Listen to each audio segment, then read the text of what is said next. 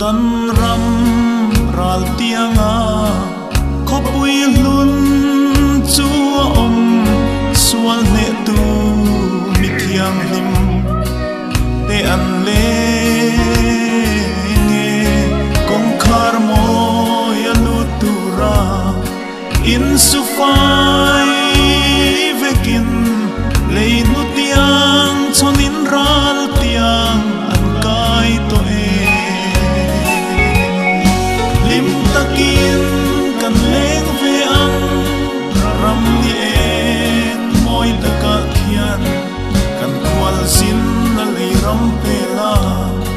kan thorim na kan zo hunin pirang no mel liam nu kha pan me thiang lim te sai ri moi le ne la la moi sa in kan oyam wai na chung lia ri ra ram moi a khian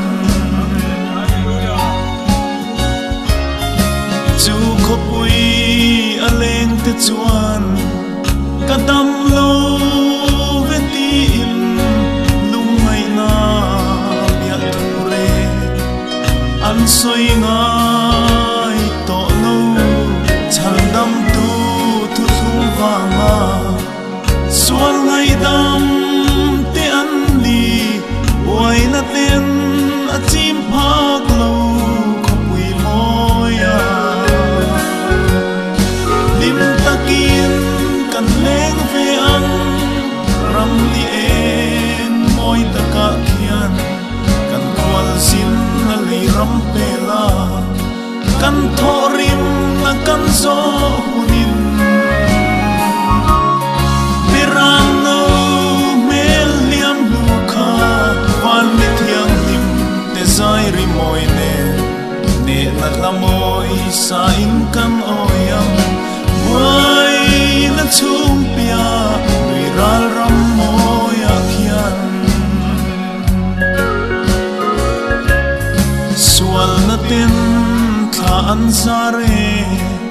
lei she om ma hian kan dam thei lo i mangai te lal i ma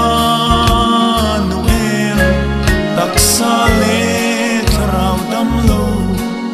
lun tui hal te dan gilita thing nai dam doi om lom ni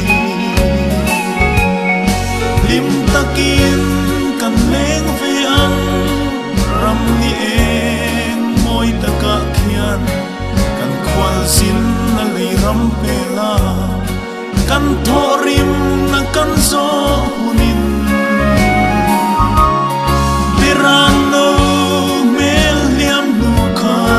van mi thiang lim te zai ri moi ne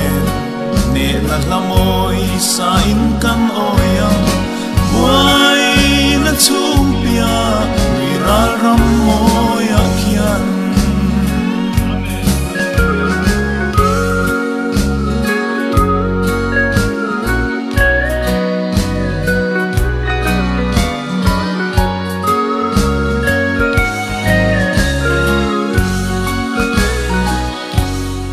lei ro pui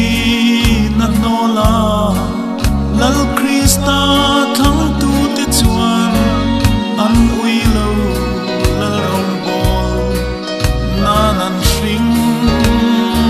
nun an nun lu an ro sum le thi sen thiang lim ne an mangai lal ram tan an la ne lim takin kan leng ve ang ram ni en moi taka khian kan kwal sin na lei ram pela kan thorim na kan zo hunin pirang no mel liam lu kha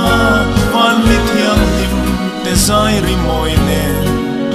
na la moi sa in kan oyam wai na chung pia ri ral ram moi a khian